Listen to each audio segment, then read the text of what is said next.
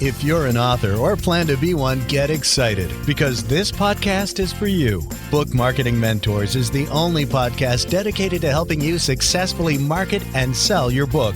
If you're ready for empowering conversations with successful marketing mavens, then grab a coffee or tea and listen in to your host, international best-selling author Susan Friedmann. Listeners, I'm excited to share some good news. Podcast Connections is our brand new episode sponsor. If you feel your book deserves more reach but visibility hasn't come easily, podcast guesting can open the right doors. The team at Podcast Connections gets you in front of the audiences who need your message and your expertise. If podcast guesting is something you're interested in, please contact them at podcastconnections.co and tell them you heard about them on the Book Marketing Mentors podcast. And now, let's get on with the show. Welcome to Book Marketing Mentors, the weekly podcast where you learn proven strategies, tools, ideas, and tips from the masters. Every week, I introduce you to a marketing master who will share their expertise to help you sell more books. Today, my special guest is Gal Borenstein. Gal is an internationally recognized expert in strategic branding, marketing, and public relations for business-to-business and business-to-government companies in the technology sector. He's the author of the provocative new book, Don't Believe the Hype, When Trust is on the Line in the Digital plus AI Era. It's a no-nonsense executive guide that exposes how blind faith in technology, AI, and marketing automation can erode brand trust, and what leaders and authors must do to rebuild it. Gal, it's an absolute pleasure to welcome you to the show, and thank you for being this week's guest expert and mentor. It's an honor to be on the show. Your book, I know we can have a really, really long conversation. We've only got 30 minutes, actually less because we've got to do all the other things as well. So we're in a crisis. We don't know whether it's real, it's true, it's AI is just come. Some people love it, some people hate it. What's the biggest mistake that you see that authors make today that is perhaps quietly eroding trust? I think that with the introduction of AI in a kind of format that allowed anyone to have access to it for free, such as ChatGPT or Claude or Gemini, it really kind of opened the door for people that started looking at it as an expanded search engine, but then very quickly realized that it has the ability to create generative content.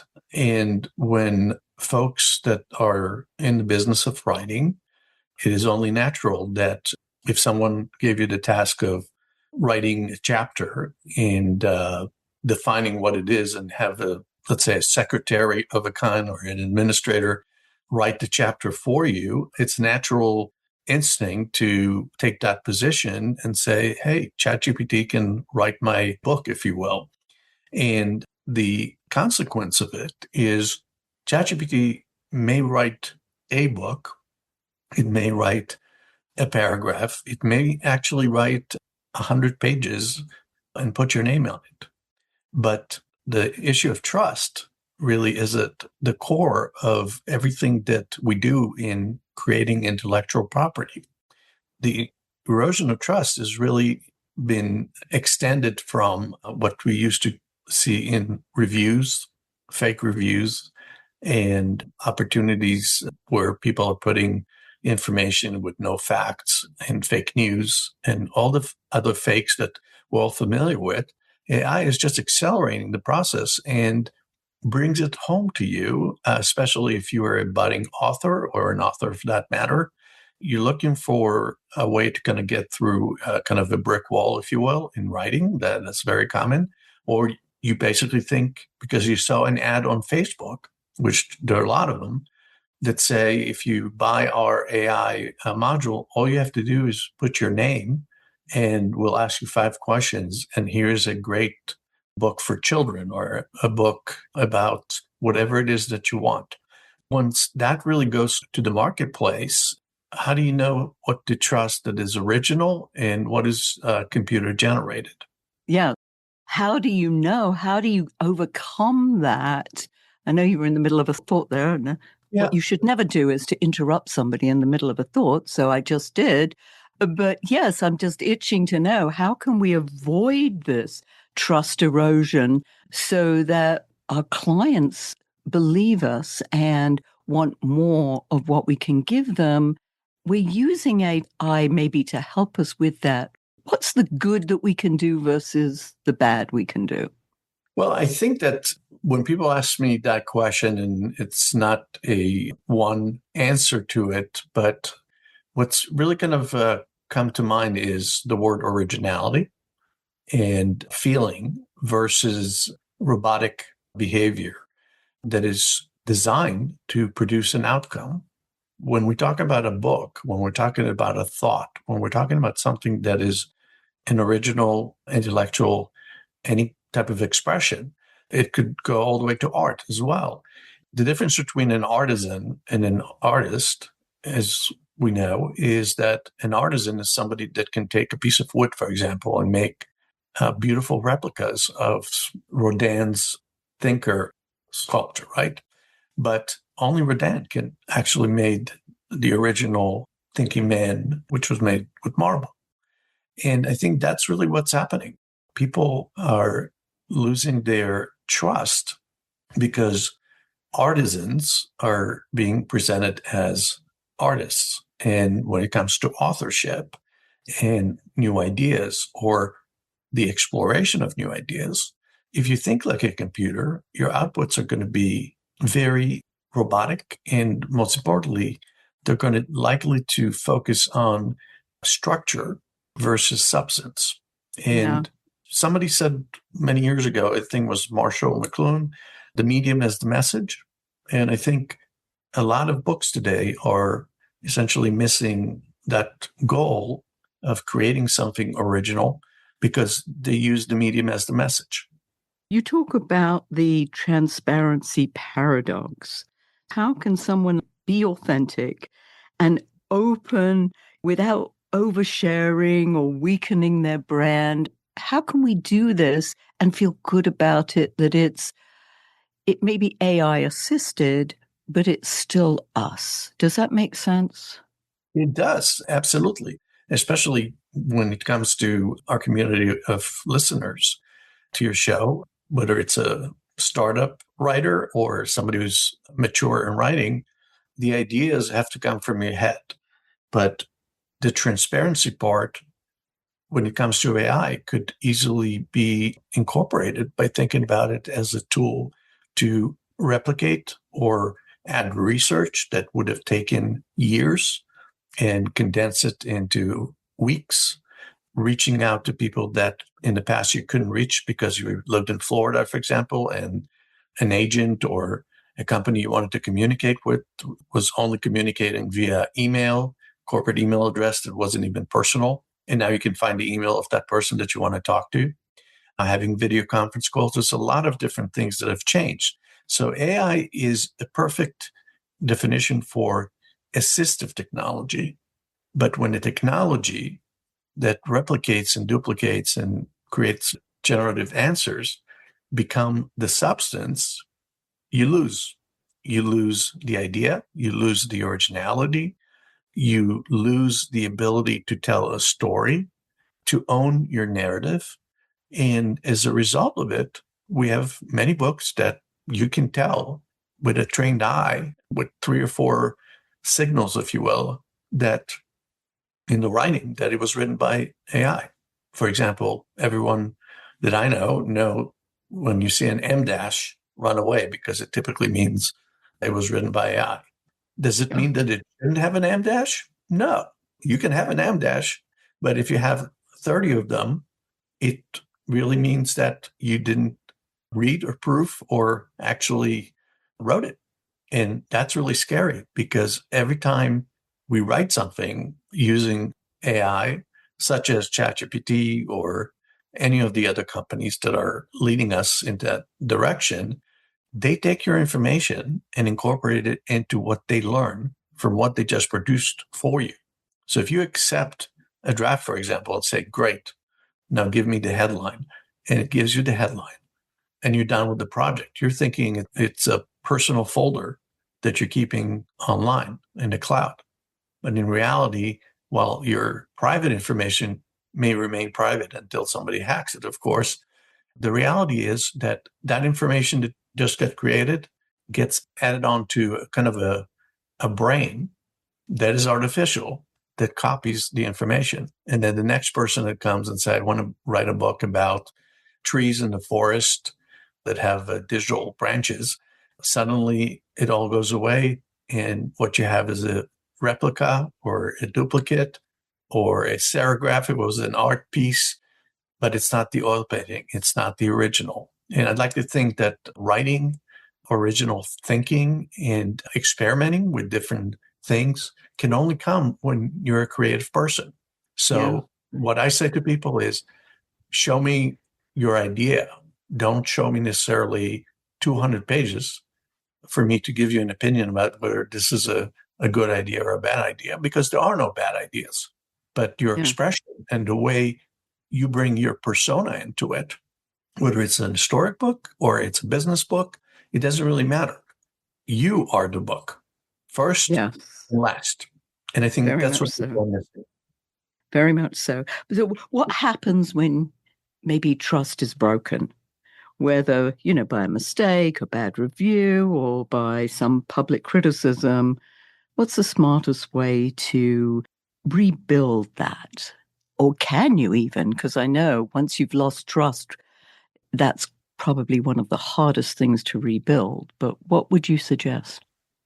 My suggestion is really to focus on the idea that AI doesn't create trust. It just reveals what trust already exists, essentially. So when you deal with weak trust foundations to begin with, the first thing you got to do is apply what I do for a living other than writing, which is strategic public relations. And it has to do with, number one, you got to get ahead of the mistake that you made. And if you acknowledge the mistake, if you acknowledge the screw up situation that happened because of whatever reason, you're likely to build a bridge to being able to prove yourself again. But if you insist on ignoring it and continue to kind of show signs of methods that everyone that knows something about, then it's really hard to kind of rebuild that trust. Being proactive in a short sentence really is the focus that you got to have, because it's crisis communications. If you're an author and you make a mistake, you could make a mistake about when was the United States founded? What date was it on? It could be an innocent mistake because, you proved it so many times and you didn't sleep for 4 nights and it still came out in the book. Well, that's an innocent mistake. But if you're doing it repeatedly throughout the book and using facts that don't exist, if it's a kind of nonfiction, for example, you have a problem. And the only way to solve it is really to write a new book and have an acknowledgement. Let's say my first book was not fully original. I used AI and I learned my lessons. That's the approach that I recommend to anybody who experienced that, because AI is not going away, but it's up to us to decide how we want to use it and how do we want people to think of us, especially authors and people that are in the business of creating intellectual property that is truly original. Yeah. So if listeners were to take one action this week to strengthen trust in their book or their brand, what would you tell them to do first? First, I would tell them to build their social profile and their digital footprint online in all the right places that relate to the constituency, if you will, that read or can read or will read their book. I'm really kind of surprised how many authors don't really have, for example, a web profile. I'm not talking about necessarily having a web page, which is the next level up. But if you go to LinkedIn, for example, and I can't find you, or I find you and the profile that you have is about your work as a nurse in the hospital, which is a very nice profession and a very noble profession, but you also wrote a book, but it doesn't say that you wrote a book, your credibility is out the window. When I say digital footprint is wherever people are looking that are part of your audience, you need to be there. And it doesn't mean that you need to advertise even. It's nice that you can advertise, but advertise is not as believable as saying, this is my chronology. And of course, you get more down the road when you write the second book and the third book, and hopefully you kind of get excited about that being part of your kind of personality for life. But the immediate thing that has to be done when you kind of feel compromised in terms of trust with your audience, or somebody said something bad, is really to make sure that you control the narrative. And you do control the narrative. It's just that people are not trained to do it in the new digital world. So when you say website, they think it's expensive. When you say your LinkedIn profile, you say, well, I don't want everyone to know that I write books because I have, a day job. If you're in the business of writing books, it should be part of your resume, of your biography. If you go to Google, Google has ways of looking for websites that involve authors, groups of discussions and threads of discussions, or like Reddit, for example. And Google picks up that information from Reddit and from Substack, and all the other kind of discussion groups, if you will, and thought leadership forums. And you have an opportunity to define yourself. You don't need to wait for a journalist or for a kind of book reviewer, with all due respect, to actually say, this is who I am, and this is where I'm coming from, and this is what is interesting about what I'm writing, and then give people the opportunity to have a discussion.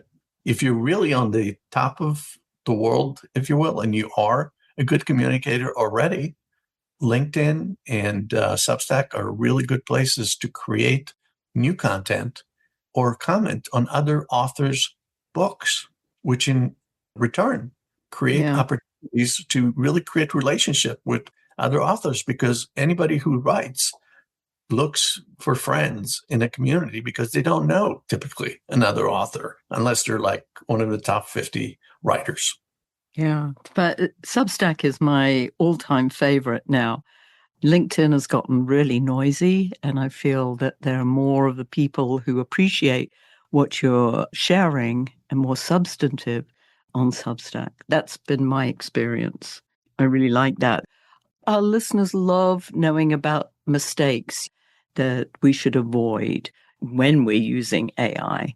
One of them you said was the M dash, which is it's everywhere. And it's like, as you said, whenever I see M dashes, I'm like, okay, we never used to see this in work the way AI uses it.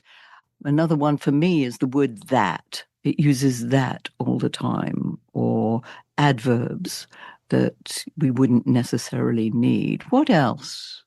I think if you ever read a book, the one thing that AI does repeatedly is create repetitions and generalities.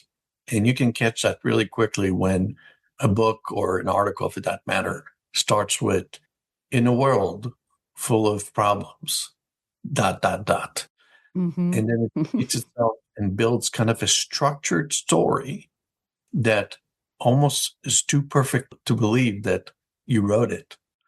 And while it might be grammatically correct, it very quickly reveals as kind of a formula that AI used to create a logical, sequential story or article or whatever thought leadership exercise you're kind of exercising, really.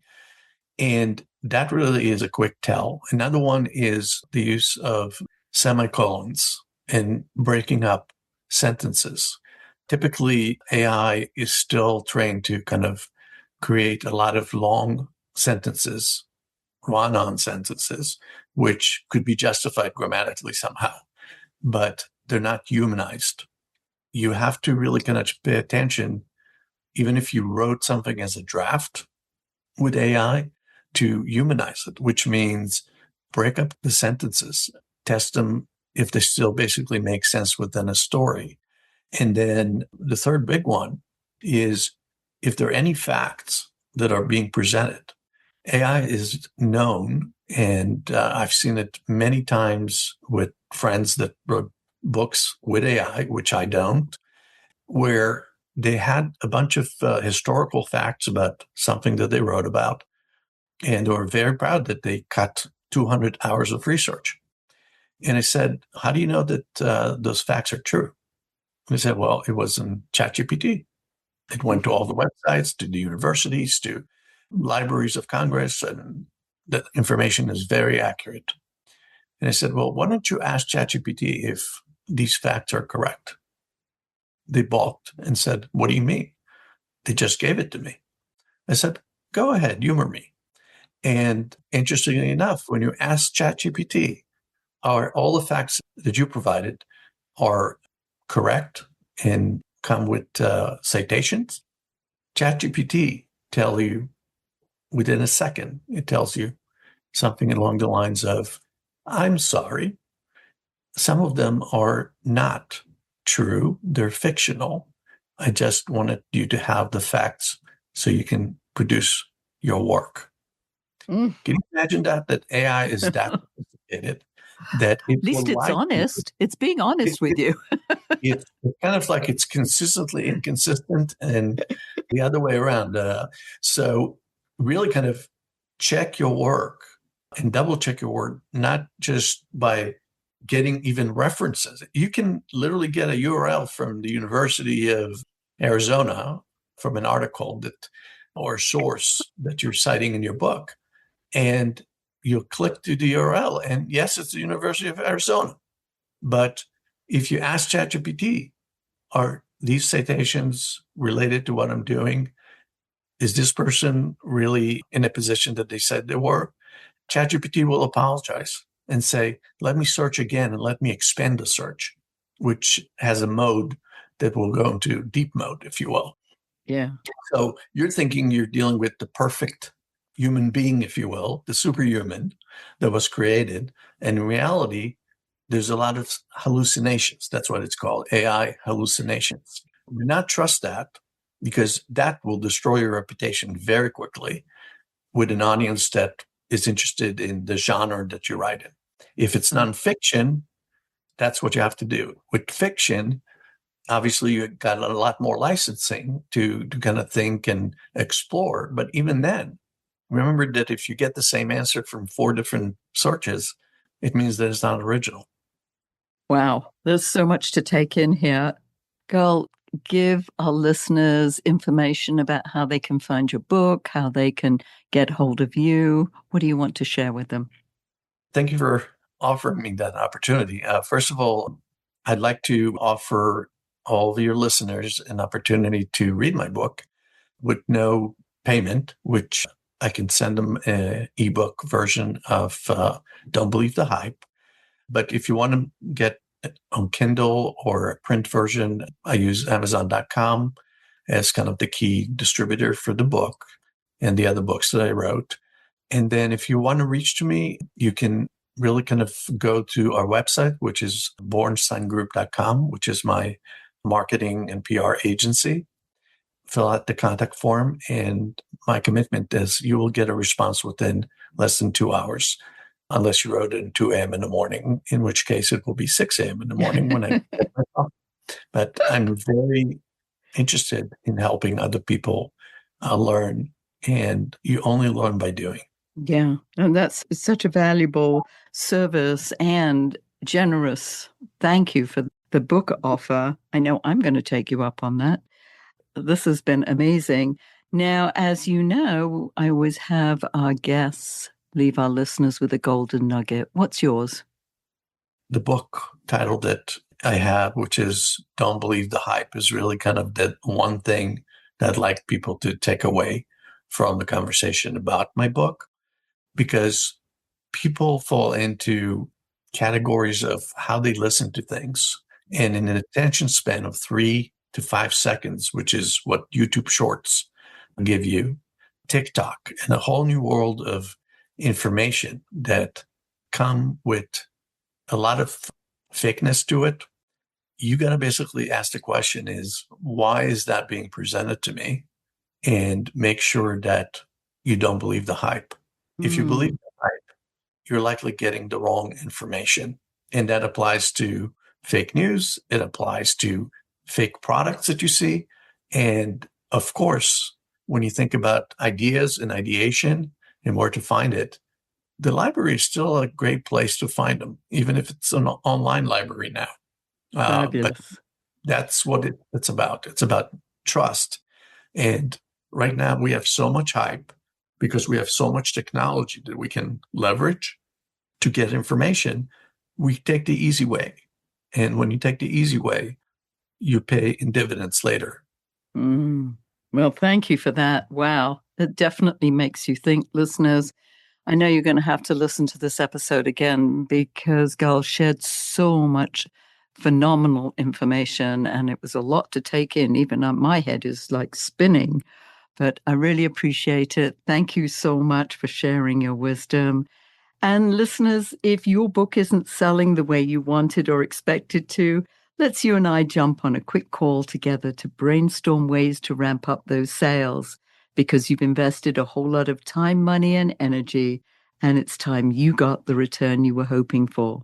So go to bookmarketingbrainstorm.com to schedule your free call. And in the meantime, I hope this powerful interview sparks some ideas you can use to sell more books. Until next week, here's wishing you much book and author marketing success.